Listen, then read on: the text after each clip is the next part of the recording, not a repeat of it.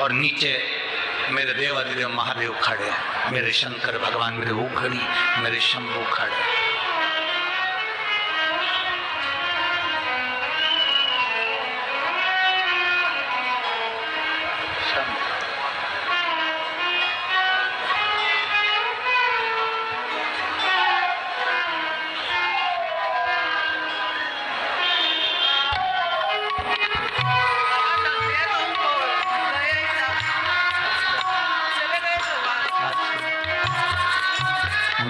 रो मत, अब खुश हो, अच्छे हो गए ना, अब स्वस्थ हो। बाबा धर्म पत्नी बोल रही है, डॉक्टर ने तो जवाब दे दिया था, चले गए थे आधे, पर बॉडी दे दी थी। इस पे बोलो क्या हो गया था?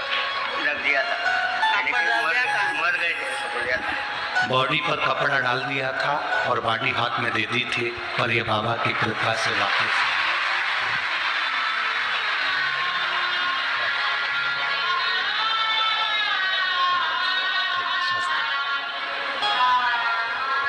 अरे लुटा दिया भंडार काशी वाले ने, कर दिया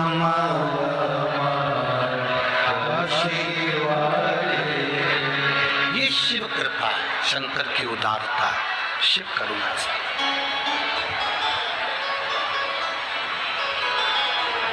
पार्वती जी शिखर पर हैं, भोलेनाथ जी नीचे खड़े हैं, नीचे खड़े। और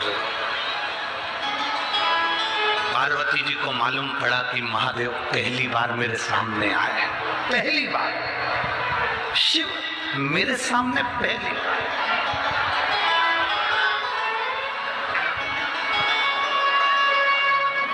एक अंदाजा लगाना थोड़ा सा, जिसको तुम दिल से चाहते हो, जिसको तुम दिल से चाहते हो, जिसके तुम दिल से वो क्या कहते हैं, दिल से फैन हो,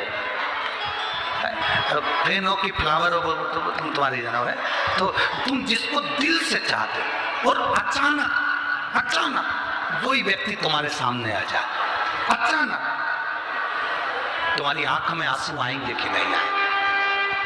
जिसको इतने समय से पुकार रही हूँ, जिसको इतने समय से बुला रही हूँ, जिसको पुकार कर मैं थक गई और इतने समय से मैं इंतजार कर रही हूँ, और वो मुझे आज मिला, आंखों में आंसू भर जाते हैं, आंख में आंसू भर जाते हैं।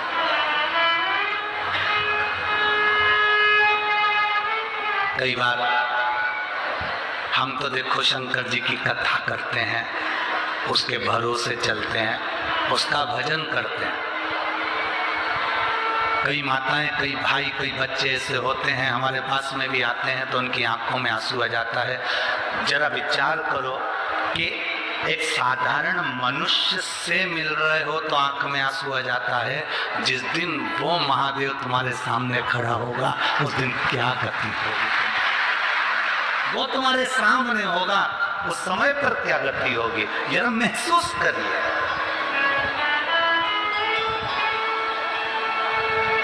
जरा महसूस कर, मेरे भोले तेरा सहारा है, मेरे भोले तेरा सहारा है, मेरी नैया का तू किनारा है, मेरी नैया का तू किनारा। जरा विचार करना कि वो एकदम सामने आ जाए, जिसको तुम चाहते हो वो एकदम तुम्हारे सामने। और आज भगवान राम की प्राण प्रतिष्ठा महोत्सव के उपलक्ष्य में जो शिव महापुराण की कथा 40 गांव में चल रही है, यहाँ अपने भरोसे पर, अपने विश्वास पर कह सकता हूँ, अगर तुम शंकर जी को एक लोटा जल चढ़ाते हो, एक बेलपत्र समर्पित करते हो, तो तुम्हें अपनी लाइफ में एक बार महादेव सामने आकर दर्शन जरूर देगा, निश्चित।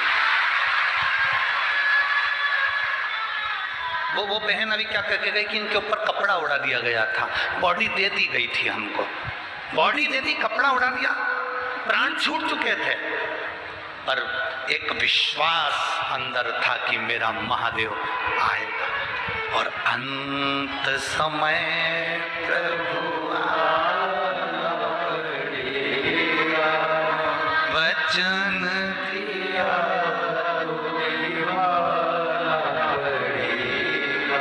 शिव हमारा आएगा, शंकर हमारा आएगा, उघड़दानी आएगा। आप लोगों में से कितने लोग हैं जिनको कभी डॉक्टर सिस्टर ने इंजेक्शन लगाया? वैसे तो बचपन में सभी को लगे होंगे, पहले तो हमारे स्कूल में आ जाते थे लगाने वाले। अरे बोलो तो जम के, सही है कि गलत है? आप में से कितने लोग हैं जिसको इंजेक्शन लगा? आप इंजेक्शन वाले के पास जाते हो ना, तो वहां जाकर पूछते हो क्यों, वो नर्स है क्या, वो सिस्टर है क्या? किसी सिस्टर से तुम्हारी पहचान होती है, तो तुम जब इंजेक्शन लगवाते हो तो उसको कह देते हो जी तुझे मालूम है ना, मेरे को दर्द बहुत होता है ना। सिस्टर कहती है कैसी बात करती हो भाभी, मैं तो तुम्हारी परिचित, तुम्हारे यहाँ 3-4 बार चाय पी आई, चिंता मत करो, मैं धीरे से एकदम पतली वाली सुई निकाली, पतली सी। और अगर तुम्हारी पहचान नहीं होती तो चलो बेटा इधर, पल्लाई मोटी वाली सुई, पहचान ही नहीं है। और जो लगाई 8 दिन तक हाथ गेंदा फूल हो गया। और जो पहचान वाली ने सुई लगाई तब उसने तुरंत पूछा क्यों भाभी, मालूम पड़ा? अरे जी बिल्कुल नहीं मालूम पड़ा, रही एकदम अचानक पतली वाली सुई, और एकदम मैंने ऐसा मल दिया, और तुमसे कहा ना ऐसा मल लेना, एकदम बढ़िया। बस पहचान का यही अंतर होता है, तुम्हारी पहचान साधारण व्यक्ति से नहीं है, तुम्हारी पहचान महाकाल से है, कालाधिपति से है। तुम्हारी पहचान काल अधिपति महाकाल राजा से है, जिसके काल भी अधीन है, यमराज भी जिसके अधीन हो जाता है वो महाकाल है। थोड़ा दुख आएगा, तकलीफ आएगी, कष्ट आएगा, रोग आएगा, बीमारी आएगी, हमारे कर्म का दंड हमको भोगना पड़ेगा। सियोर वाला महाराज कभी ये नहीं कहता कि तुम्हें दुख नहीं आएगा, आएगा। संसार में पैदा हुए हो तो तकलीफ तो आएगी, दुख भी आएगा, कष्ट भी आएगा, पर इतना याद रखना, इंजेक्शन लगवाना है, तकलीफ तो होगी, चाहे मोटी सुई हो चाहे पतली सुई हो, पर लगाने वाला जरा ठीक है, अच्छा है, तो मालूम नहीं पड़ेगा। चिड़िया उड़ी फुर फुर, इंजेक्शन लग गया फुर, से मालूम नहीं पड़ा। उसी तरह अगर तुम शिव जी को 1 लोटा जल चढ़ा रहे हो, तुम्हारे जीवन में दुख आया, बीमारी आई, तकलीफ आई, रोग आया, कष्ट आया, जिंदगी में जब तकलीफ आएगी, तुमने अगर 1 लोटा जल चढ़ाया है तो तुम्हारी पहचान सिस्टर से है, और वो शंकर जी से तुम्हारी पहचान है। तो घबराना मत, हॉस्पिटल अपने पहचान का, डॉक्टर अपने पहचान का, सिस्टर अपने पहचान की। बीमारी आई, तुमने 1 लोटा जल चढ़ाया, भरा और ले जाकर पिला दिया, 1 बेलपत्र ले जाकर खिला दी, बस इतने में तो तुम्हारा विश्वास पक्का था, बाबा है मेरा, ठीक करेगा, और ठीक हुआ। ये होता है विश्वास, ये होता है भरोसा, ये होती है दृढ़ता।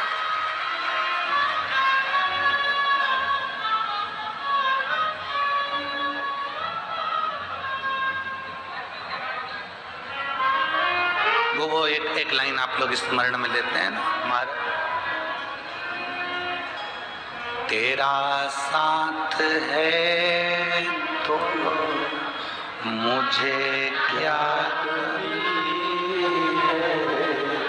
अंधेरों से मिल रही रोशनी। अगर उसका साथ है, वो हमारे साथ अगर है, तो फिर हमारी जिंदगी में अंधेरा नहीं आ सकता, वो प्रकाश लेकर आएगा और हमारे जीवन को सुखमय प्रकाशमय कर जाएगा। वो शिव है, औघड़ी है, शंभू है, त्रिकालदर्शी। एक नियम अपनी जिंदगी में बनाओ, शंकर जी के मंदिर में जाना, 1 लोटा जल चढ़ाना, पानी गिरे तो भी शंकर के मंदिर जाओ, गर्मी हो तो भी शंकर के मंदिर जाओ, और ठंड पड़े तो भी शंकर के मंदिर जाओ। लोग कहते हैं गुरुजी गिरते पानी में कैसे शंकर के मंदिर जा? हम कहें गिरते पानी में ऑफिस जाते हो ना, गिरते पानी में दुकान जाते हो ना, ठंड पड़ी तो भी ऑफिस जाते हो, ठंड पड़ी तो भी दुकान जाते हो, गर्मी हो तो भी ऑफिस जाते हो, दुकान जाते हो। जब अपने ऑफिस अपनी दुकान नहीं जाएंगे तो फिर अपने को कुछ मिलेगा कैसे? उसी तरह गर्मी हो चाहे ठंड हो चाहे बरसात हो, शंकर का दरवाजा नहीं छोड़ना, चाहे कितनी भी तकलीफ आए जिंदगी में, उसके द्वार जा, प्रसन्नता में जा। पार्वती मैया पर्वत से नीचे दौड़ती दौड़ती आ रही है, शंकर भगवान नीचे खड़े थे, स्तुप्त हो गई मां पार्वती शिव को देखकर, स्तुप्त। पहली बार जिसको पाने के लिए पूरी जिंदगी निकाल दी वो मेरे सामने खड़ा, मेरे सामने।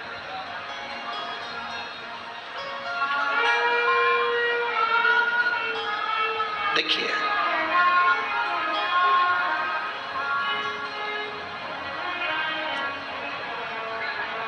भविष्य नहीं बदल सकते, मत बदलो।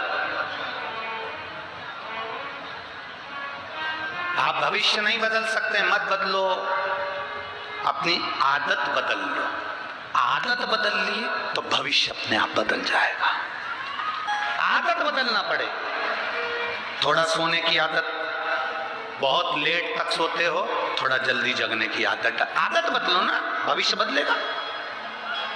रात को 12 बजे तक सोते हो, 9:30-10 बजे सोने की आदत डालो। बाजार में खाते हो, घर में भोजन करने की आदत डालो। बहुत महंगा मोबाइल रखने से कभी बड़े नहीं बन जाओगे, बहुत याद रखना। बहुत कंपनी के कपड़े पहनने से बड़े नहीं बन जाओगे हो। खूब अच्छी अच्छी कंपनी की टाइल्स घर में लगाने से तुम बड़े नहीं बन सकते। बड़े बड़े महंगे महंगे चश्मे लगाने से कभी तुम बड़े नहीं बन सकते। महंगी महंगी साड़ी पहनने से तुम बड़े नहीं बन सकते। बड़े तब बनते हो जब अपने दिल से किसी गरीब के लिए खड़े रहते हो, तब बड़े कहना। महंगे कपड़े पहनने से कोई बड़ा नहीं होगा, महंगा मोबाइल रखने से कोई बड़ा नहीं होगा। बड़ा फैशन चल रहा है, कटे हुए सेव फल का मोबाइल रखो। अच्छा कटा हुआ सेव फल हुआ, हमारे यहाँ कटा हुआ सेव फल तो अच्छा वाला सेव फल तो 100 रुपए किलो मिलता, और कटा हुआ सेव फल तो हमारे यहाँ पर 60 रुपए किलो मिल जाता। और मोबाइल देखो कटे हुए सेव फल का तो महंगा, क्या बोलते हैं उसको, एप्पल।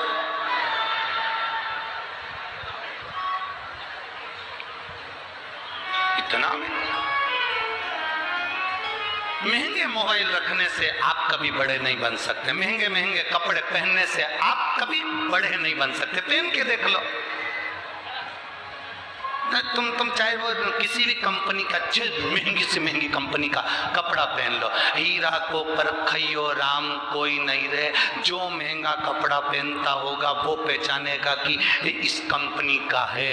तुम कितनी भी महंगी घड़ी पहन लो, पर जिसको कीमत मालूम होगी तो वो पहचानेगा कि घड़ी है। नहीं तो किसी को मतलब नहीं। टाइम कितना हुआ, 4 बज रही है, उसे क्या करना कि 8,000 की 80,000 की है, उसको करना क्या। महंगे कपड़े से कोई महंगा नहीं बना। कितना भी अप टू डेट बनकर घूम लो, आखिरी में जब मरोगे जो कपड़ा तन पर उड़ाया जाएगा, अगर तुम लिख के जाओगे वसीयत में कि रिमांड का उड़ाना या फिर इस कंपनी का उड़ाना, तो उड़ाएंगे, वरना भैया चले गए, कपड़ा दे दो। उसने ये भी नहीं पूछा हाइट कितनी है। मुर्दे की हाइट कपड़े वाले को परमानेंट मालूम है। उसने काटा, घड़ी भी नहीं बनाया, ऐसा लपटा दे दिया, ले जाओ उड़ा दो। अब जो इतना कीमती कीमती सामान पहनता था, आधी रात को मरा, गले में सोने की चेन थी, घर के लोगों ने वो भी नोच के रात को ही निकाल ली, और धीरे से अंदर से आवाज आ रही, पिताजी के गद्दे रजाई कम्बल बाहर पटक दो और फिर रो रहे, पटक दो बाहर। इतने में छोटे से बच्चे ने कहा, माँ पिताजी के कपड़े बाहर क्यों पटक रहे? बेटा पिताजी मर गए तो उनके कपड़े बाहर पटक रहे। इतने में बच्चे ने कहा, वो रात को चेन निकाली थी, वो रात को जो चेन निकाली थी वो भी तो पटको। इतने में माँ ने दो दिया, सोने की चेन पटकते हैं, कपड़े पटकते हैं, चद्दर पटकते हैं, चटाई पटकते हैं, सामान पटकते हैं जो उनका यूज करा। चेन तो पिताजी चेन भी तो यूज करे थे, वो क्यों नहीं? वावारी दुनिया मतलब की दुनिया में किसी का। इसलिए निवेदन बार बार कर रहे हैं कि अपने ऊपर खर्च करना सीखो, अपने ऊपर। मरने के बाद तो लोग 13 ब्राह्मण को भोजन कराएंगे इस शरीर पर, अपने जीते जी कुछ ऐसा कर जाना कि भूखे को भोजन कराकर चले जाना, तो जिंदगी भर के सार्थक।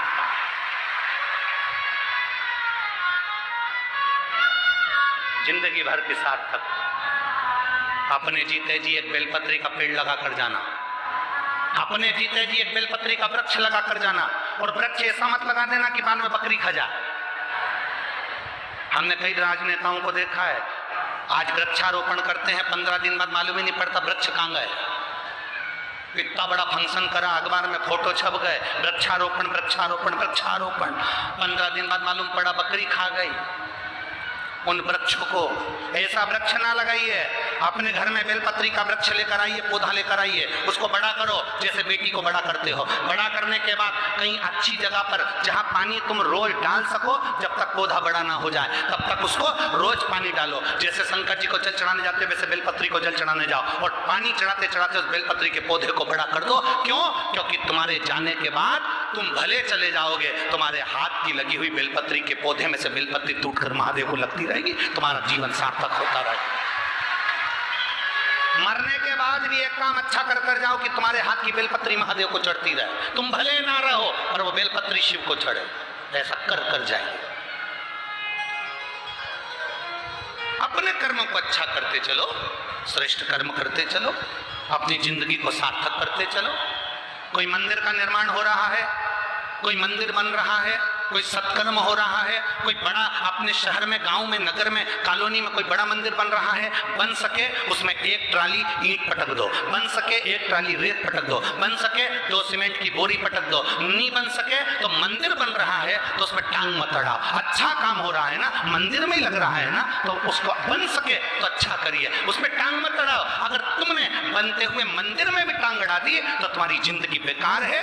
तुम माता के गर्भ से जन्मे जरूर हो पर माता और पिता को लज्जित करने वाला कर्म करते हो। तुम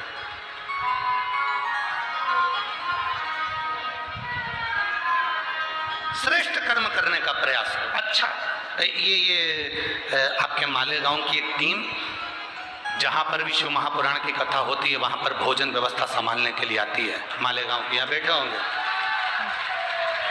खड़े हो जाओ जरा। इनके कम से कम एक माताएं ऐसे, इनके कम से कम 100 से 125 लोग ऐसे हैं जो कहीं पर भी शिव महापुराण की कथा होती है और वहाँ फोन लगाकर पूछते हैं, सेवा की जरूरत हो तो हम लोग आ जाएं। निस्वार्थ, कोई पैसा नहीं, कोई किराया नहीं, कोई भाड़ा नहीं, कोई जाना नहीं, कोई आना नहीं, तुम्हारी ना गाड़ी चाहिए ना भाड़ा चाहिए, अपने खर्चे से आते हैं, सेवा करते हैं और चले जाते हैं। तुमसे एक ना सामान मांगते हैं ना कभी सम्मान मांगते हैं। कभी इस मंच के ऊपर भी इनका कोई व्यक्ति को नहीं देखोगे कि इनका सम्मान हुआ। आते हैं, सेवा करी, चले जाते हैं। ये भगवान की इनके ऊपर कृपा है। बैठो बैठो, शिव तत्व है इनके ऊपर, शंकर की कृपा है। बन सके अच्छा करो, बन सके सेवा करो, बन सके श्रेष्ठ कर्म करो, वो सेवा हमारी जिंदगी में हमारे सामने जरूर आएगी। मत बुरे कर्म कर वरना पछताएगा, भगवान की आंखों से तू बच नहीं पाएगा, तू बच नहीं पाएगा।